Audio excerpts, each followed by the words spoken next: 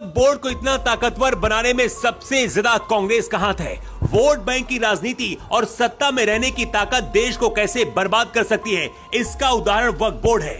Supreme court के फैसले के बाद भी शाहबानो जैसे केस को पलटने वाली कांग्रेस ने वक्फ बोर्ड को भी असीमित शक्तियां दी।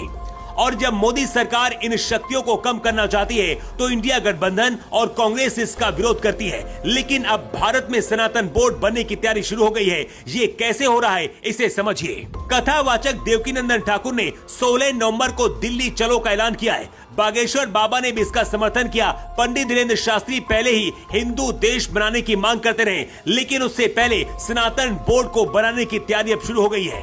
देवकीनंदन ठाकुर ने कहा है, बड़े बड़े धर्माचार्य दिल्ली जुटेंगे और सनातन बोर्ड के साथ ही कृष्ण जन्मभूमि निर्माण की मांग करेंगे।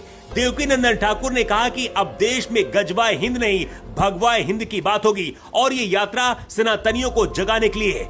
सनातन बोर्ड से ही धर्म का रक्षण होगा।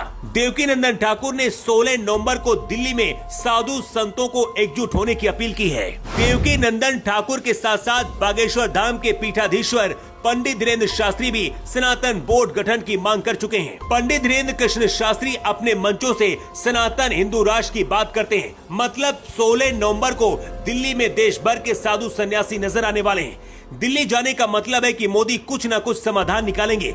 जानकर आपको हैरानी होगी कि दुनिया में 57 मुस्लिम देश हैं, लेकिन कहीं भी वक्फ बोर्ड जैसी कोई भी चीज नहीं है। लेकिन भारत में जहां सबसे ज्यादा हिंदू हैं, वहां वक्फ बोर्ड चल रहा है। इस वक्फ बोर्ड के पास अरबों की संपत्ति है। दिल्ली के कई मंदिरों पर वक्फ बोर्ड दावा ठोक चुका है। तमिलनाडु के तिरुचिरापल्ली जिले के तिरुचेथुरई गांव में वक्फ बोर्ड ने 1500 साल पुराने मंदिर पर मालिकाना हक का दावा कर चुका है। इससे आप समझ सकते हैं कि वक्फ बोर्ड के नाम पर देश में क्या चल रहा है। मोदी सरकार वक्फ एक्ट में करीब 40 संशोधन करके शक्तियों को कम करना चाहती है, जिसका विरोध पूरे देश में मौलवी और मौलाना कर रहे हैं। लेकिन अब मोदी सरकार को ताकत देने के लिए देश के साधु संत और कथावाचक मैदान में उतर आए हैं।